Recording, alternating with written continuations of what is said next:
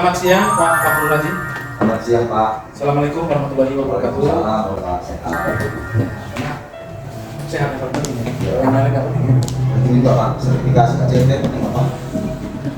Baik Pak Ahmad Fahrudi. Bapak kan mau melakukan coaching ya? Coaching. Sama siapa? Sama Ibu Romastika Pak. Romastika. Artinya di sini kan karena kebetulan posisi saya sebagai supervisor, setidaknya untuk berjalannya program coaching ini nanti ada beberapa hal yang perlu kita sepakati. Oke Pak. Jadi yang pertama itu nanti coachingnya sesuai nggak dengan alur tirta, ya kita pelajari itu ya.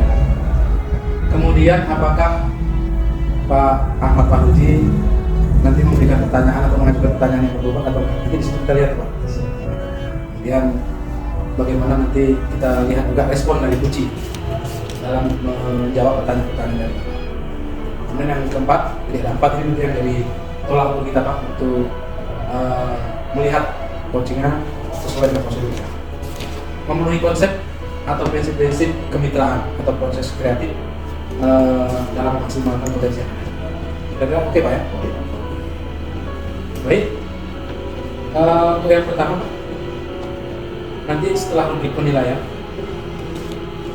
yang sebagaimana yang dijelaskan tadi yang 4 dan 2, ada pertanyaan-pertanyaan yang terkait dengan coaching ya kan, yang akan Bapak lakukan nanti sebagai coach ya. Pertanyaan pertama nanti yang akan dimunculkan itu kompetensi apa yang akan nanti dikembangkan. Tapi nanti ini setelah selesai Pak ya.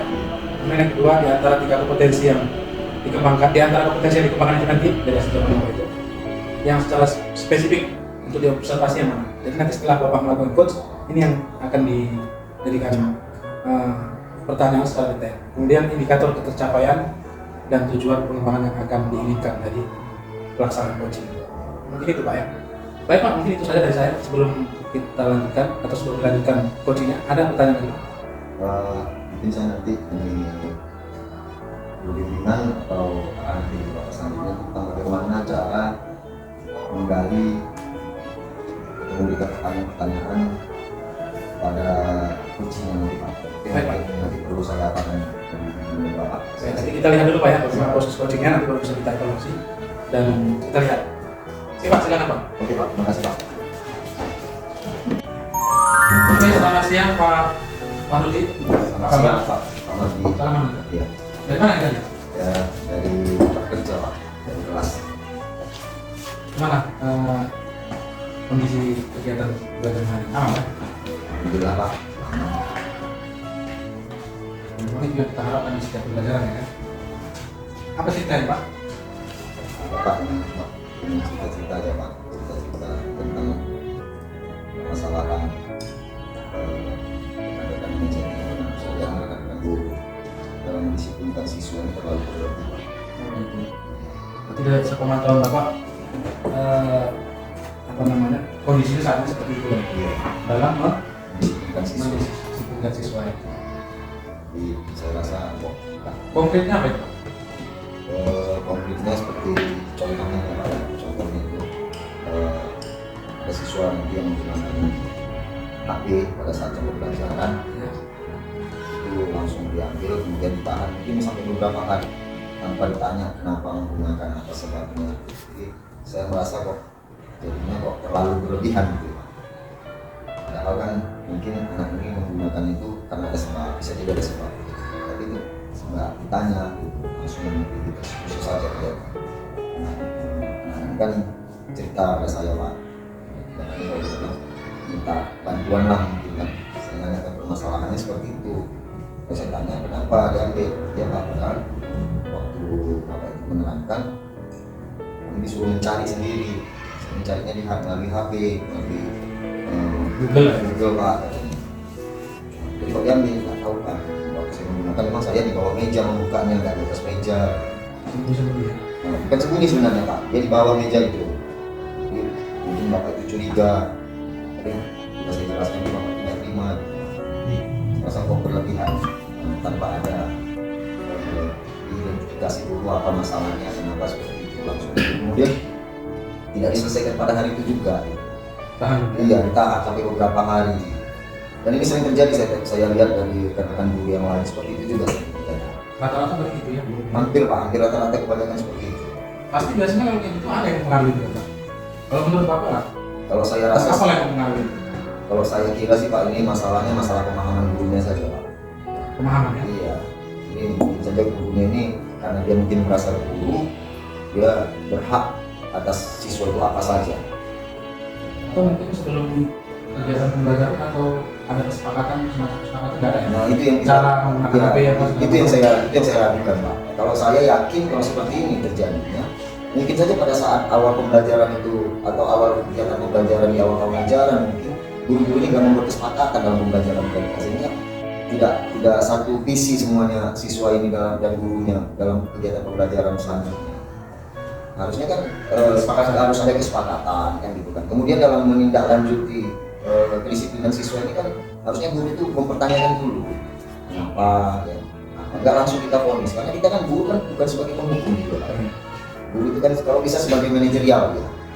Artinya ke depan apalah apa namanya, situasi yang seperti itu kan situasi memang Mungkin menurut pandangan Bapak ini nggak efektif. iya. Ke depan apalah pandangan yang ingin Bapak? Saya berpikir gini Pak, mungkin saya harus menyampaikan kepada rekan-rekan guru nanti mungkin ya dalam keseharian mungkin pada saat saling bercerita gitu kan, saling mungkin bercerita, atau nanti pada saat resmi mungkin saya minta waktu dengan pimpinan kepala sekolah untuk menyampaikan bahwasannya di dalam kegiatan pembelajaran menyelesaikan satu masalah itu ada yang namanya selisih segitiga restitusi yang harus bisa kita ikuti.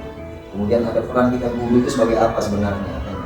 Mungkin nanti dari situlah mungkin bisa membuka pikiran-pikiran para rekan-rekan guru kita ini agar lebih terbuka dalam menjalankan pembelajaran yang di ruang kelas, sehingga guru itu kita ini disenangi sama siswa juga senang dalam pembelajaran yang nyaman kan gitu, tidak merasa ketakutan, tidak merasa nyaman dia nanti dalam masa pembelajaran. Saya rasa gitu Pak yang mungkin saya lakukan.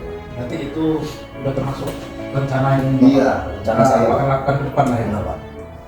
Nah, untuk melakukan rencana itu kan perlu ada persiapan di sini. Saya rasa Persiapan supaya apa yang Bapak sampaikan itu betul-betul bisa bisa didengar lah sama Bapak. Kita nanti begitu kan kayaknya agak bagi dua ya. Kira-kira ada nggak rencana-rencana yang matang yang bisa kalau sebenarnya Pak bukan Pak, kalau seperti itu yang pertama ya saya harus memberikan contoh dulu kan, setelah saya buat dengan diri saya dan kemudian tentu saya bisa bercerita.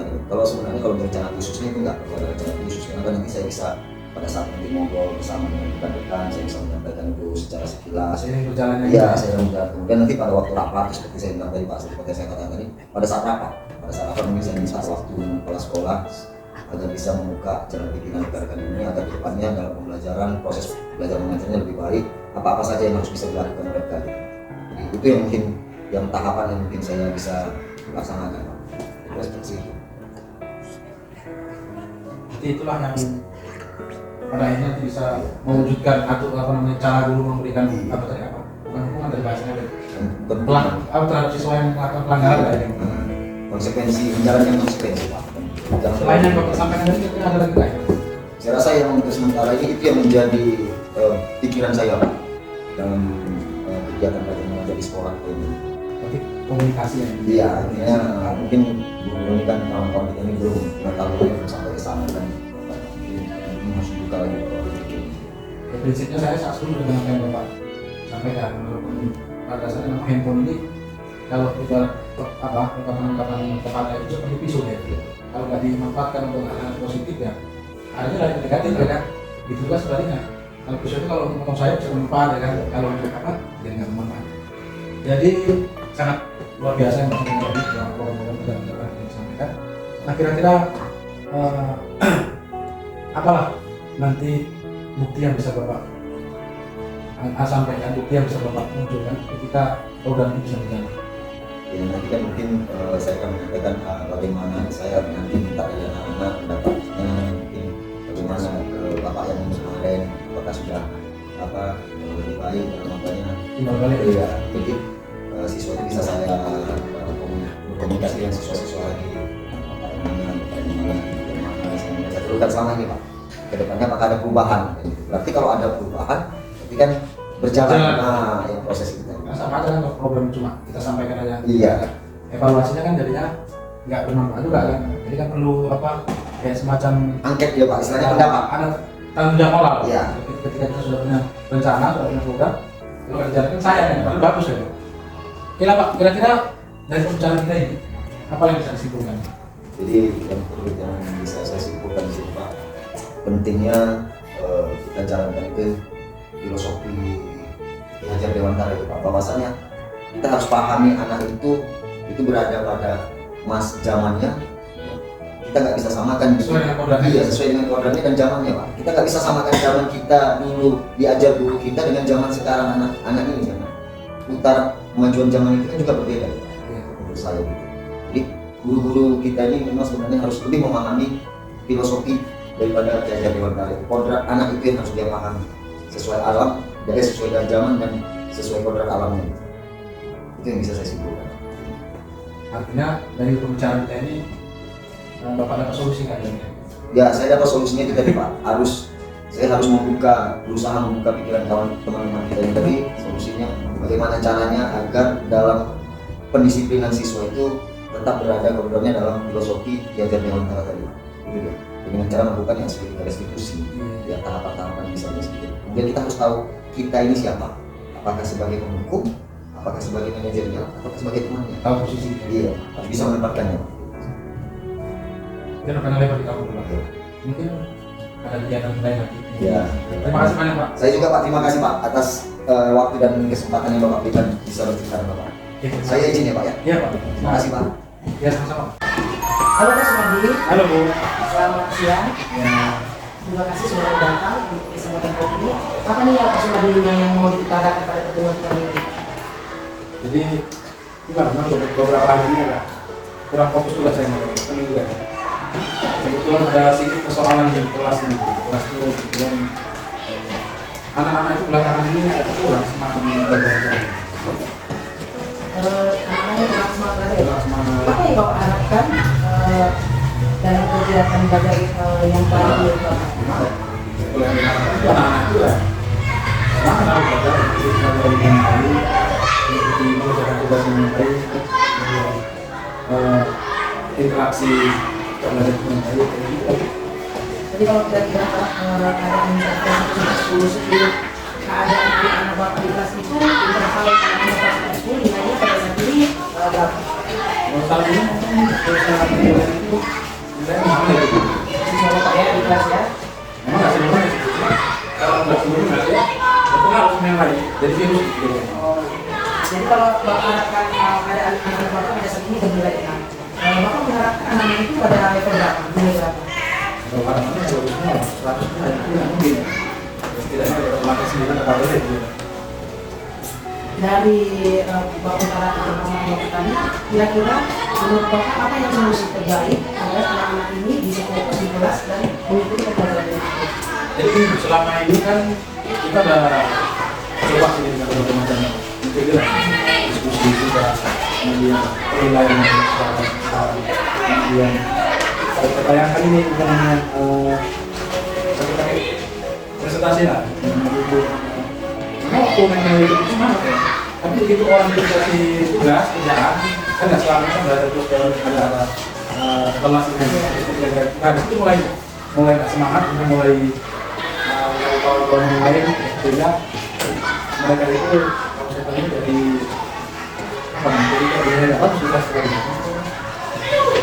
dan memperhatikan ada terpengaruh itu apalagi ini sekarang ini kan saya lihat sendiri karena kemarin yang stick tuh Selain tadi Bapak bilang solusi Bapak mengatakan dari sesuatu yang fokus ke level maksimal. Dan tadi selain Bapak, kira-kira rekan generasi Bapak akan bisa kolaborasi dengan Bapak untuk membuat program supaya siswa ini lebih bersemangat. prinsip dasarnya sebenarnya kalau kolaborasi kita bisa nih kolaborasi semua. Cuma selama ini kita kan lebih fokusnya kolaborasi sama guru-guru kelas dia masuk pelajaran agama, olahraga. Nah kalau guru kelas yang lainnya masing-masing sih bisa dengan kelas sendiri ya. Tapi selama ini sama guru itu lah, guru olahraga, guru agama, guru kelas kita sendiri itu sekolah. Karena sekarang kita tidak juga. Bapak benar dari coach loh. Dari coach sudah. Kelas ini kan jam berapa sebenarnya? Kita anak-anak yang bingung nggak tahu. Kira-kira metode yang Bapak lakukan untuk membuat ini menjadi semangat apa? Ya selama ini kalau yang perhatikan semangat ini bikin game tuh, game juga. Memang jarang sih dilakukan selama ini udah presentasi gitu gitu. Kemudian belakangan ini coba bikin game, kemudian bikin permainan itu kita doang kan. Walaupun permainan itu kita sambil belajar bermain. Oh berarti dengan membuat metode permainan dari video seperti itu ya. Kira-kira selama ini fokus menggunakan apakah kira-kira selanjutnya untuk peningkatan membuat video yang tidak bikin kali supaya lebih menarik? Biasanya pengen seperti itu, selalu hanya update, selalu ada waktu dan saya pengennya seperti itu. Kalau untuk waktu dekat ini apakah Bapak bisa melakukannya? Bisa betul. Jadi Pak Asmadi ini sudah ada penghujung pertemuan kita. Kira-kira apa yang Bapak dapat dari pertemuan kita ini? Yang saya dapat itu ya tentu yang pertama solusi. Karena dari perbincangan tadi kan memang arah solusi itu mungkin ke depan perlu diperbanyak lagi di Oke, terima kasih Pak Asmadi. Untuk pertemuan kita selanjutnya saya berharap usaha Bapak sudah lebih baik. Baik Pak Ahmad Fahudi tadi sudah melakukan coaching ya. Iya Pak. Jadi Bapak tadi sebagai coach. Nah kalau dari apa yang sudah dilakukan tadi, berdasarkan apa yang Bapak pahami terkait dengan tahapan coaching tadi, menurut Tirta itu, kira-kira apa ya ketercapaiannya menurut penilaian Bapak tercapai? Mungkin Pak dari tiga kompetensi coach itu Pak yang bisa saya nilai tercapai itu ya saya kehadiran penuh Pak. Satu, kehadiran penuh, kemudian mendengarkan dengan aktif apa yang disampaikan oleh coach Pak.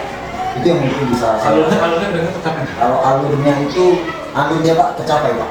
Kalau saya rasa tercapai Pak karena yang bisa lakukan tapi saya hanya bertanya apa masalahnya, kemudian saya identifikasi, kemudian setelah itu saya menentukan untuk pertanggung jawabannya apa yang akan dilakukan, bagaimana hasilnya kita itu gitu Pak. Baik, luar biasa Pak Ahmad. Jadi kalau berdasarkan pengamatan yang saya lakukan sebagai supervisi, saya ingin coba memberikan masukan. Iya Pak. Itu kalau kita lihat tadi, berdasarkan catatan yang ada tadi kalau kita lihat itu proses coachingnya itu berjalan dengan sangat baik. Kemudian antara coach dengan coachingnya tadi juga saya perhatikan interaksinya cukup bagus ya. Bahkan keduanya itu memiliki kompetensi keahlian penuh. Kemudian sebagai coach juga saya lihat tadi Pak Ahmad Sanusi sudah memenuhi standar terkait dengan alur Tirta, dari mulai tujuannya, membuat identifikasi, tanggung jawabnya, semua tadi sudah cukup disampaikan sehingga akhirnya ujinya tadi menemukan solusinya gitu. Nah selain dengan catatan itu, sebelum kita tutup, ya kira-kira ada nggak kompetensi lain lagi yang perlu ditemui? Saya rasa coaching. Saya merasa ini agak sulit untuk menggali informasi dari kompetensi saya Pak karena kurangnya wawasan saya dalam menggali bentuk-bentuk pertanyaan yang bisa menggali daripada informasi-informasi. Jadi pertanyaan-pertanyaan yang berbobot itu mungkin saya masih kurang. Yang saya rasa masih kurang perlu harus saya perbaiki Pak.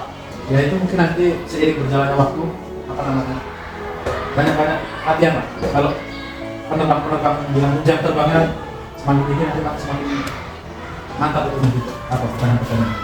Jadi dengan juga bimbingan Yang penting ujinya itu mau lengkap Pak. Ya. Nah, itu yang mungkin itu aja Pak yang bisa saya sampaikan terkait dengan kesempatan kali ini Bapak sebagai coach dan saya sebagai coach. Terima kasih banyak Pak, maju terus ke depan.